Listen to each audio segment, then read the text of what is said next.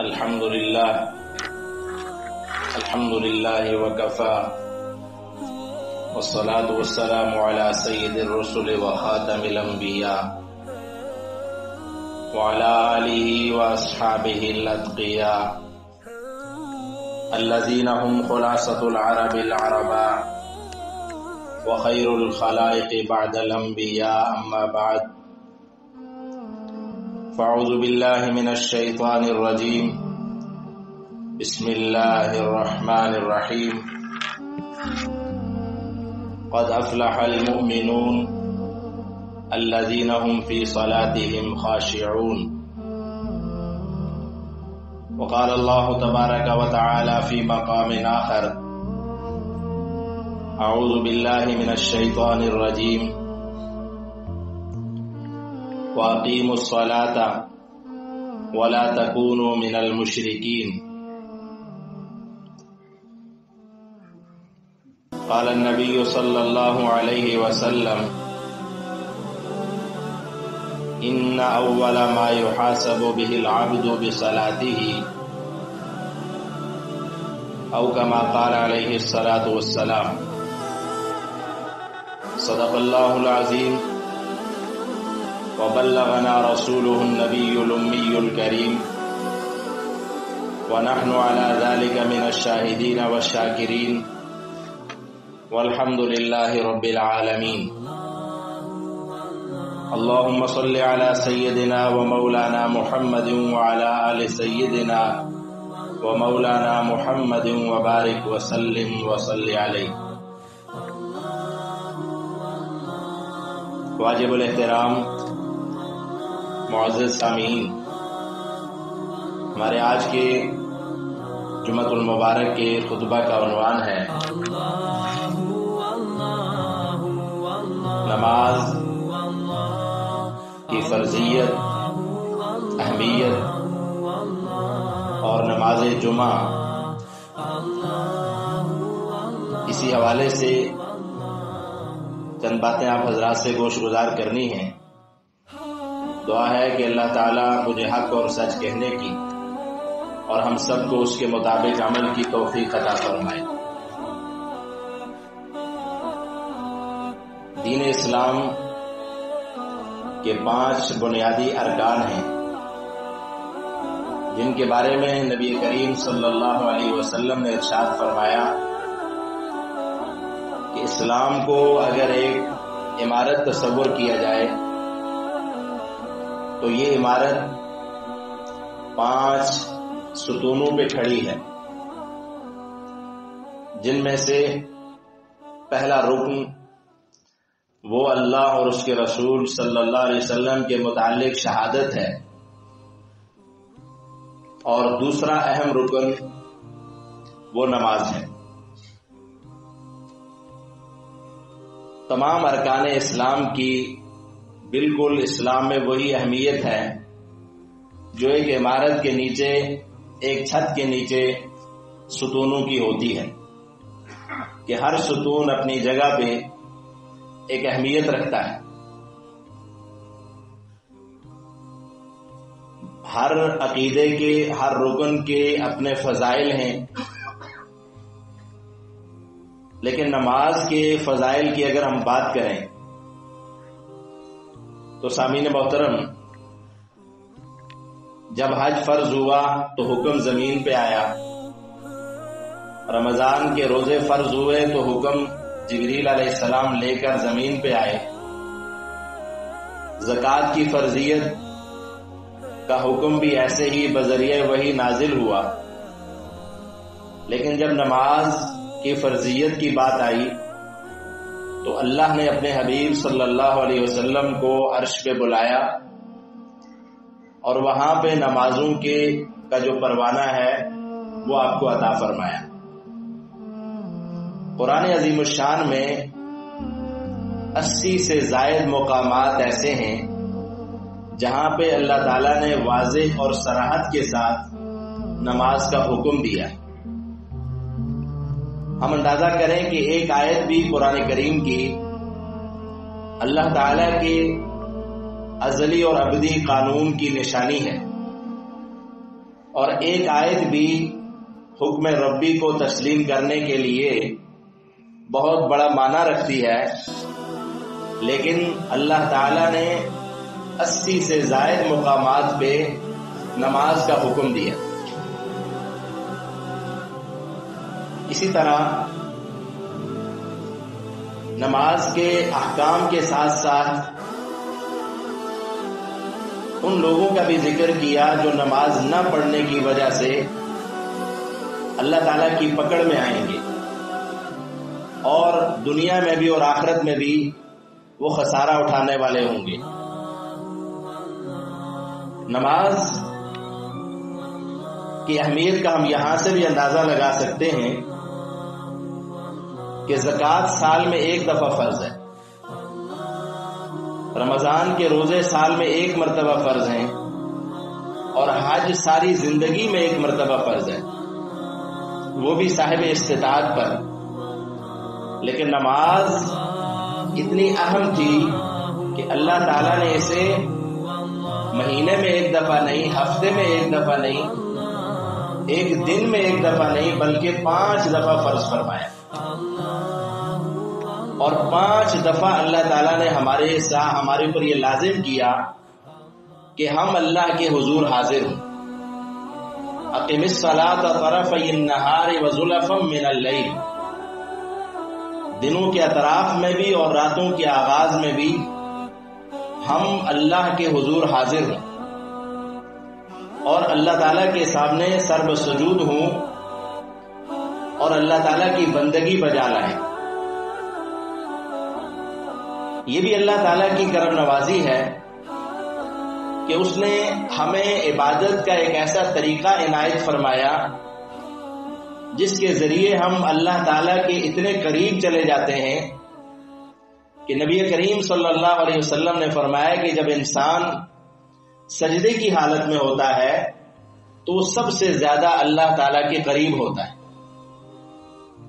نماز مناجات کا، اور اگر دیکھیں تو ہم نماز قولی، فعلی اور بدنی اور مالی ہر قسم کی عبادت کا مجموعہ ہے۔ نماز کچھ کہنے کا، کچھ کرنے کا نام ہے۔ نماز اللہ کے حضور عاجزی کا نام ہے۔ نماز اللہ تعالیٰ سے مانگنے کا نام ہے۔ نماز اللہ تعالیٰ کی کبریائی اور بڑائی کا عملاً اور فعلاً اعلان کا نام ہے۔ نبی کریم صلی اللہ تعالی علیہ وسلم کی سیرت طیبہ کو بھی اب ہم پڑھیں اور قرآن کریم کی آیات کو بھی دیکھیں تو اللہ تعالیٰ نے فرمایا کہ یا ایھا الذین آمنوا استعینوا بالصبر والصلاۃ، لوگوں اللہ تعالیٰ سے جب تمہیں مدد کی ضرورت ہو، جب تم اپنے آپ کو کمزور اور تنہا محسوس کرو اور تمہیں کسی کی مدد کی ضرورت ہو، تو اس وقت تم نے 2 کام کرنے ہیں، ایک صبر کرنا ہے اور دوسرا نماز پڑھنی ہے۔ جب تم نماز پڑھو گے، اللہ کے حضور سر بسجود ہوگے، تو اللہ کی مدد ضرور تمہیں حاصل ہو کے رہے گی۔ سامعین محترم،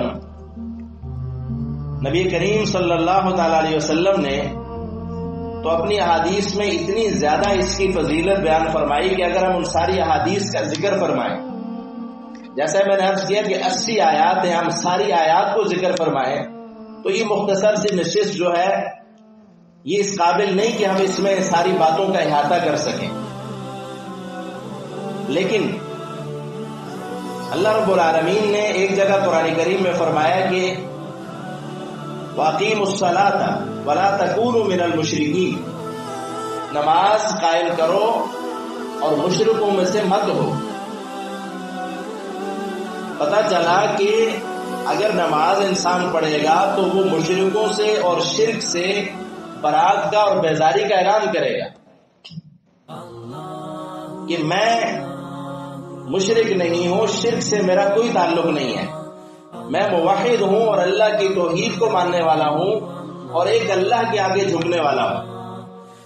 اور اگر کوئی انسان نماز نہیں پڑھتا تو وہ مشرکوں کے ساتھ مشابہت اختیار کرتا ہے کہ وہ اللہ کے آگے جھکنا پسند نہیں کرتے۔ اسی طرح نبی کریم صلی اللہ علیہ وسلم نے بھی ایک حدیث میں ارشاد فرمایا کہ من ترک الصلاۃ متعمدا فقد کفر، جس نے جان بوجھ کر نماز چھوڑی اس نے کفر کیا، مطلب کہ اس نے کافروں والا کام کیا اور کافروں سے مشابہت اس نے اختیار کر لی۔ بھلا گنجائش کیسے رہ سکتی ہے کہ 80 مرتبہ اللہ تعالیٰ حکم دے اور پھر نبی کریم صلی اللہ علیہ وسلم اپنی ساری زندگی میں کبھی بھی نماز کو نہ چھوڑے؟ تو ایک مسلمان کے لیے تو گنجائش ہی نہیں رہتی نماز چھوڑنے کی۔ اور اللہ کے حبیب صلی اللہ علیہ وسلم نے ارشاد فرمایا کہ سب سے پہلے کل قیامت میں بھی انسان کا ایمانیات کے بعد جب اعمال کے بارے میں پوچھا جائے گا تو اول ما یحاسب به العبد بصلاته، سب سے پہلے اس سے اس کی نماز کے بارے میں پوچھا جائے گا۔ اور اللہ کے حبیب صلی اللہ علیہ وسلم نے یہ بھی ارشاد فرمایا کہ من حافظ علیہا، جس شخص نے اپنی نمازوں کی حفاظت کی، کانت لہ نورا و برہانا و نجاتا یوم القیامہ، یہ نماز کل قیامت کے دن اس کے لیے نور ہوگی، روشنی کا باعث بنے گی، برہان ہوگی، اس کے لیے دلیل ہوگی نجات کے لیے، اور اسے کل قیامت کے دن نجات دلائے گی۔ اور ومن لم یحافظ علیہا لم تکن لہ نورا ولا برہانا ولا نجات، اور جو نماز نہیں پڑھے گا، ان کی حفاظت نہیں کرے گا، نہ اس کے لیے وہ نماز نور بنے گی، نہ اس کے لیے برہان بنے گی، اور نہ اسے نجات ملے گی۔ اور اللہ تعالیٰ قرآن کریم میں فرماتے ہیں حافظوا علی الصلوات والصلاۃ الوسطی، ایمان والو حافظوا علی الصلوات، نمازوں کی حفاظت کرنے والے بنو، اور خاص طور پہ والصلوات الوسطی، والصلاۃ الوسطی، درمیانی جو نماز ہے اس کی خاص طور پہ حفاظت کرو۔ اب درمیانی نماز کون سی ہے؟ مختلف اقوال ہیں، ہر نماز درمیانی بن سکتی ہے، لیکن جمہور مفسرین نے عصر کی نماز کو درمیانی نماز قرار دیا۔ تو عصر کی نماز اس لیے اہم قرار دی گئی کہ اس وقت کاروبار عروج پہ ہوتا ہے، ڈیوٹیوں کا اختتام ہوتا ہے، کام کا اینڈ ہوتا ہے، اور انسان کہتا ہے بس یہ بھی کر کے جاؤں، یہ بھی کر کے جاؤں، یہ بھی کر کے جاؤں، تو نماز کے لیے نکلنا مشکل ہوتا ہے۔ اور والعصر، قسم ہے عصر کی، اس سے بھی عصر کی نماز مراد۔ تو مختلف نمازوں کے مختلف فضائل بیان ہوئے، یعنی ایک تو ہے مطلق نماز کی اہمیت اور ایک ہے مختلف نمازوں کی اہمیت۔ اب حدیث میں ہمیں نماز کی اہمیت بھی ملتی ہے اور مختلف نمازوں کے فضائل اور اہمیت بھی الگ اللہ کے حبیب صلی اللہ علیہ وسلم نے بیان فرمائی۔ اور عشاء اور فجر کی نماز کے بارے میں تو آپ صلی اللہ علیہ وسلم نے فرمایا کہ اگر لوگوں کو اس کی اہمیت کا اور اس کے فضائل کا اور اس پہ ملنے والے ثواب کا پتہ چل جائے تو وہ گھٹنوں کے بل چل کے آئیں گے۔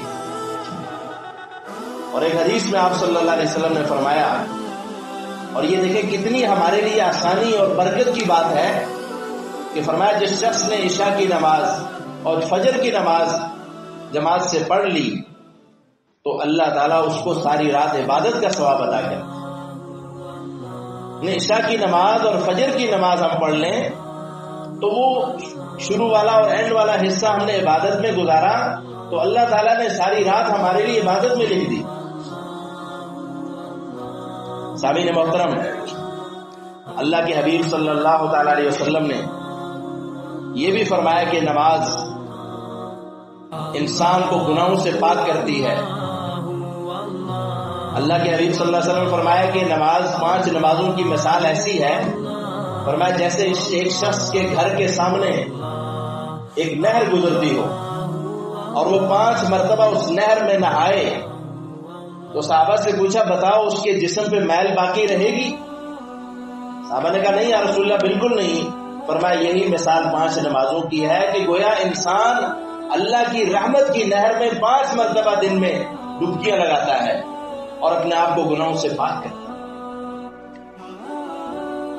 اور یہ بھی آپ صلی اللہ علیہ وسلم نے ایک مرتبہ مثال دے کے صحابہ کو سمجھایا۔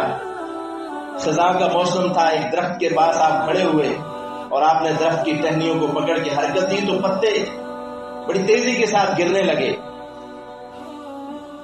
تو آپ نے پوچھا صحابہ سے تمہیں پتہ یہ میں نے ایسے کیوں کیا؟ صحابہ نے پوچھا اللہ اور اس کے رسول بہتر جانتے ہیں. فرمایا کہ جو شخص نماز 5 وقت کی ادا کرتا ہے تو اس کے جسم سے گناہ ایسے گرتے ہیں جیسے درخت کی ٹہنیوں سے پتے گرے. اسی طرح وضو جب انسان کرتا ہے، نماز سے پہلے وضو اس کے لیے شرط ہے، تو اس وضو کرنے پہ بھی ہر قطرے کے ساتھ انسان کے گناہ گرتے ہیں. اور وضو تو اس کے بعد ہے، اس سے پہلے جب انسان اپنے گھر سے نکلتا ہے اور مسجد کی طرف چلتا ہے، ہر قدم پہ اللہ تعالیٰ اس کے گناہ معاف فرماتے ہیں، اس کے درجات بلند فرماتے ہیں. اس لیے اللہ کے قرآن نے یہ بھی ارشاد فرمایا اقم الصلاۃ ان الصلاۃ تنہی عن الفحشاء والمنکر. کہ میرے حبیب آپ نے 2 کام کرنے ہیں.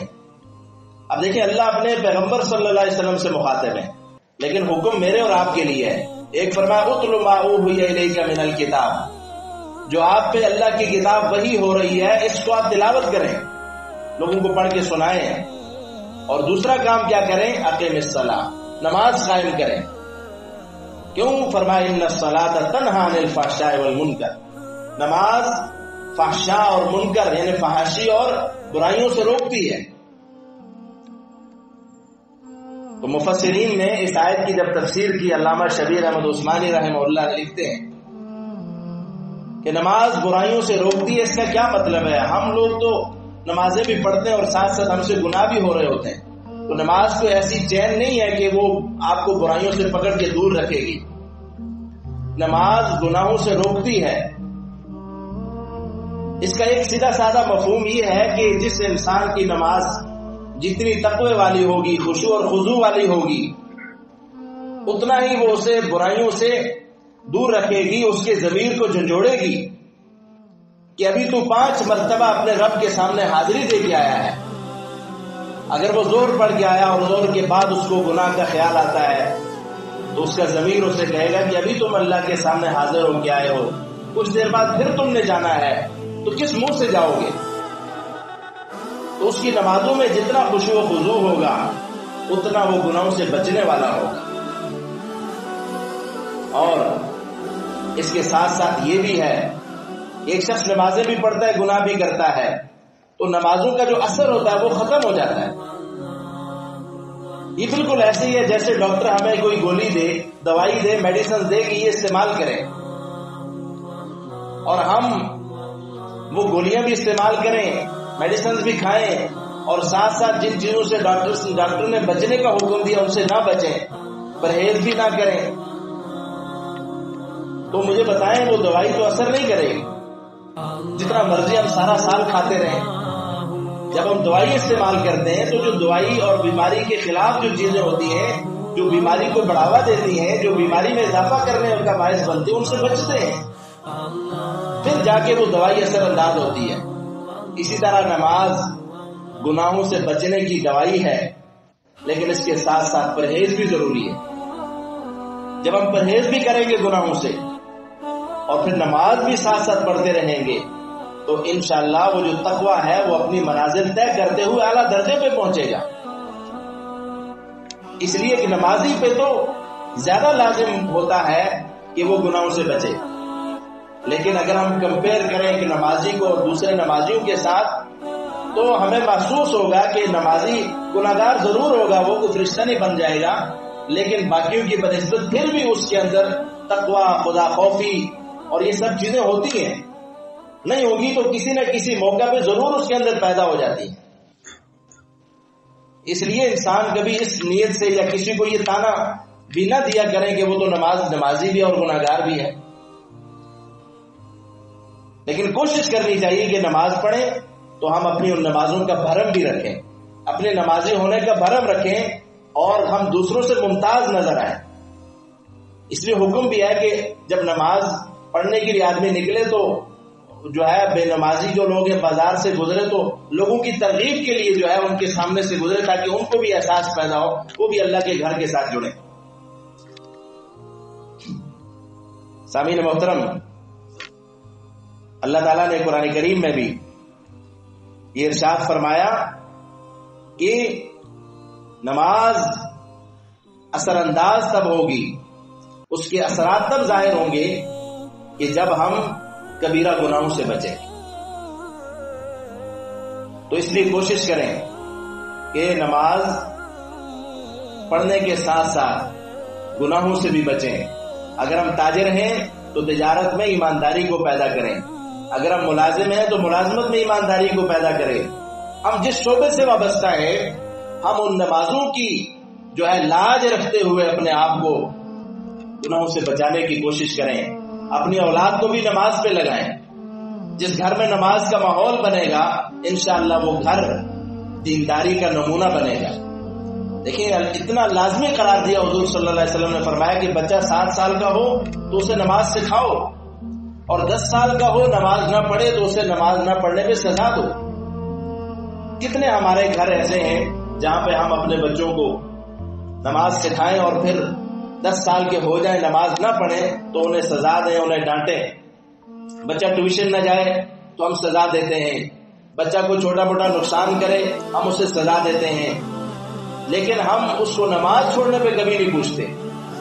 نبی کریم صلی اللہ علیہ وسلم نے ارشاد فرمایا کہ جس شخص نے نماز چھوڑ دی، من فاتتہ الصلاۃ، جس شخص کی نماز رہ گئی، فکأنما وطر اہلہ ومالہ، اس کی مثال ایسے ہے جیسے ایک آدمی کا گھر اور مال سب کچھ لٹ گیا، ڈاکہ پڑ گیا اس کے جو ہے نا کاروبار پہ. جس کی نماز رہ گئی وہ گویا کہ شیطان نے اس کے گھر پہ ڈاکہ ڈال دی. تو ہمارے ہاں تو روز ڈاکے ڈلتے ہیں. تو اس لیے فکر کریں نمازوں کی. اللہ کے حبیب صلی اللہ علیہ وسلم دنیا سے تشریف لے جا رہے ہیں اور اس وقت بھی آپ صلی اللہ علیہ وسلم نے جن 2 باتوں کا ذکر فرمایا وہ 2 باتیں کیا تھیں؟ فرمایا ایک یہ کہ لوگوں الصلاۃ نمازوں کی حفاظت کرو، اور دوسرا جو اپنے ماتحت ہیں تمہارے ماتحت ہیں ان کے بارے میں اللہ سے ڈرو، خواہ وہ غلام ہیں یا وہ ملازم ہے یا جو بھی جن کے تم ذمہ دار ہو. یہ 2 باتیں کہتے کہتے آپ صلی اللہ علیہ وسلم اس دنیا سے تشریف لے، اور آپ نے فرمایا کہ نماز میری آنکھوں کی ٹھنڈک ہے، نماز دین کا ستون ہے. من اقامها فقد اقام الدین، جس نے نماز کو قائم کیا اس نے دین کو قائم کیا. ومن هدمها فقد هدم الدین، جس نے اس نماز کو چھوڑ دیا اس نے دین کا ستون گرا دیا. اور ایک حدیث میں بلکہ اللہ تعالیٰ قرآن کریم میں فرماتے ہیں کل قیامت کے دن کچھ لوگ جہنم میں جائیں گے تو دوسرے ان کو پوچھیں گے ما سلککم فی سقر، کس وجہ سے تم جہنم میں آئے ہو؟ تو وہ کہیں گے لم نک من المصلین، ہم نماز نہیں پڑھا کرتے تھے، ہم نمازی نہیں تھے. ولم نک نطعم المسکین، اور ہم مساکین کو کھانا نہیں کھلایا کرتے تھے. اللہ کا دیا بہت ہوتا تھا لیکن خرچ نہیں کرتے تھے. ہم بچتے تھے کہ کوئی ہم سے سوال نہ کر لے، کوئی غریب ہمارا گریبان ہمارا دامن نہ پکڑ لے، ہم سے سوال نہ کرے. تو اللہ تعالیٰ ہمیں توفیق عطا کرے کہ ہم نماز کو باجماعت ادا کرنے والے بنے. جماعت کی نماز اکیلے نماز پڑھنے سے 27 درجے، ایک حدیث میں 25 درجے زیادہ ثواب کی حامل ہے. اور لوگوں کو چاہیے کہ وہ گھروں سے نکل کر مسجدوں کو آباد کریں. اللہ تعالیٰ فرماتے ہیں انما یعمر مساجد اللہ، اللہ کی مسجدوں کو وہ لوگ آباد کرتے ہیں من آمن باللہ، جو اللہ پہ ایمان رکھتے ہیں. ہمارے خطبے کا دوسرا حصہ جو ہے وہ جمعے کی نماز کے متعلق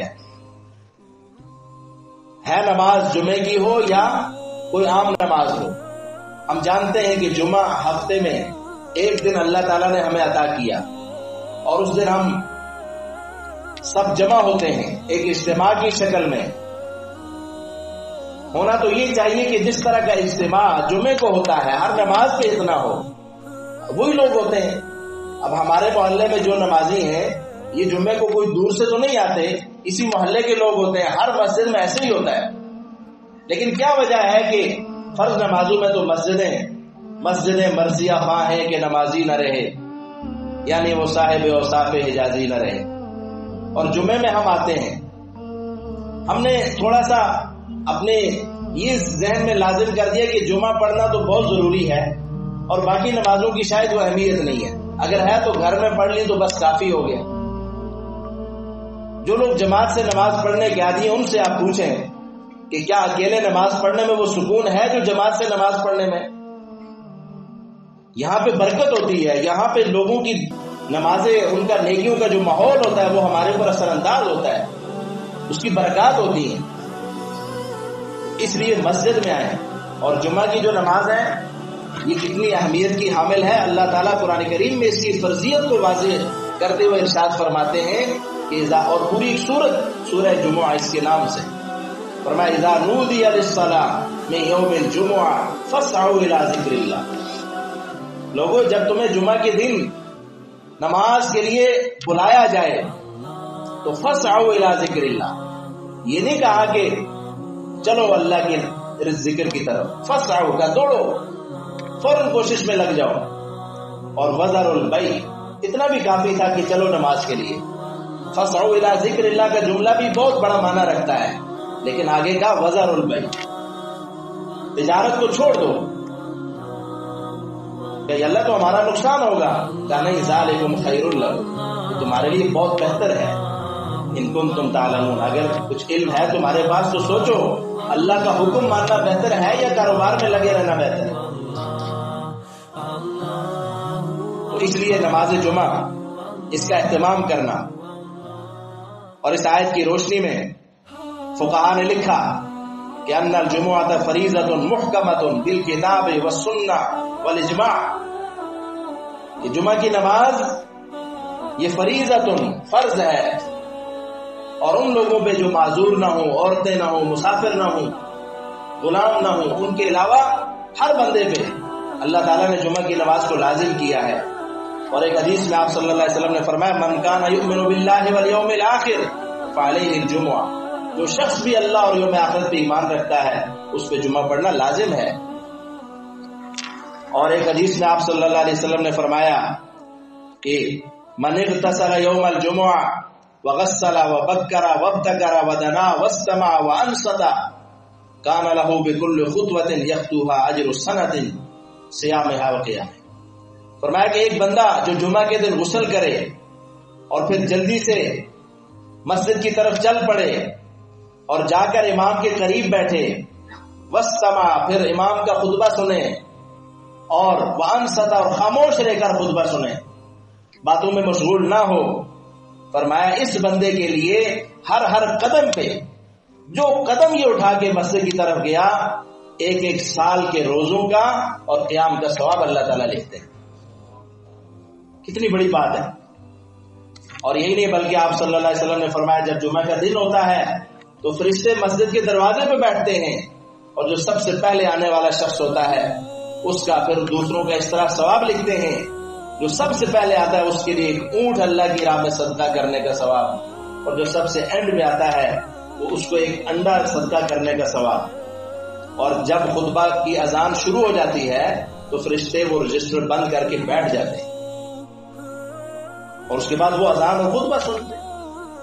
اور ہمارے آنے کا معمول ہی ماشاءاللہ اس اذان کے بعد اور خطبے کا اینڈ، کیونکہ ہمیں زیادہ وقت مسجد میں نہ گزارنا پڑے، ہم بہت مصروف لوگ ہیں نا، تو مسجد میں وقت گزاریں گے تو اس کے لیے کوئی پیسے نہیں ملتے، باہر وقت گزاریں گے اس کا ہمیں فائدہ ہوتا ہے، اللہ کے گھر میں وقت گزاریں گے تو اس کا فائدہ کوئی نہیں ہے نا۔